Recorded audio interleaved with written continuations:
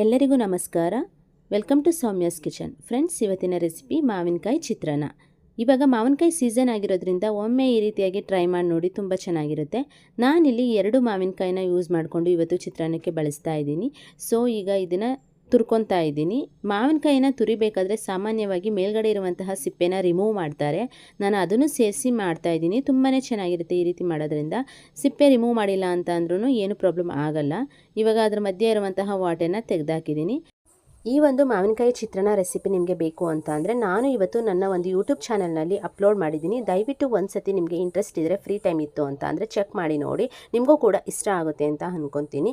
So friends, ನೀವು ಈ ವಿಡಿಯೋನ ನನ್ನ ಚಾನಲ್ಗೆ ಹೋಗಿ ಫುಲ್ ನೋಡಿದ್ಮೇಲೆ ನಿಮಗೆ ಇಷ್ಟ ಆಯಿತು ಅಂತ ಅಂದರೆ ಒಂದು ಲೈಕ್ ಕೊಡಿ. ಹಾಗೆಯೇ ನೀವು ಇನ್ನೂ ಯಾರೆಲ್ಲ ನನ್ನ ಚಾನಲ್ನ ಸಬ್ಸ್ಕ್ರೈಬ್ ಮಾಡಿಲ್ಲ ನೋಡಿ, ಅಂಥವರು ನೋಡ್ತಾ ಇದ್ದರೆ ದಯವಿಟ್ಟು ಸಬ್ಸ್ಕ್ರೈಬ್ ಮಾಡಿಕೊಂಡು ನೋಡಿ ಅಂತ ಹೇಳ್ತಾ, ನಿಮ್ಮ ಒಂದು ಸಪೋರ್ಟ್ ನನಗೆ ತುಂಬಾ ಮುಖ್ಯ ಅಂತ ಕೂಡ ಕೇಳ್ತಾ, ಥ್ಯಾಂಕ್ಸ್ ಫಾರ್ ವಾಚಿಂಗ್. ಎಲ್ಲರಿಗೂ ಧನ್ಯವಾದಗಳು.